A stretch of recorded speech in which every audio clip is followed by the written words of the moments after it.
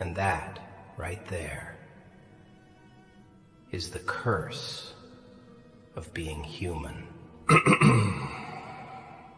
You gave people everything you had. You gave them your loyalty when they didn't deserve it. Your time when they never valued it. Your love when they only wanted attention.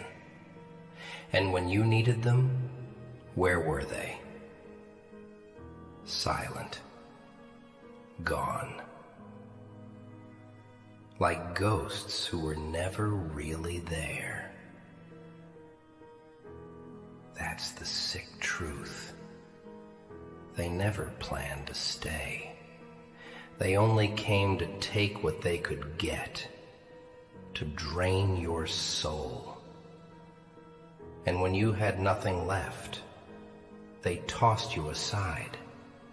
And you, with all your heart, thought they were different.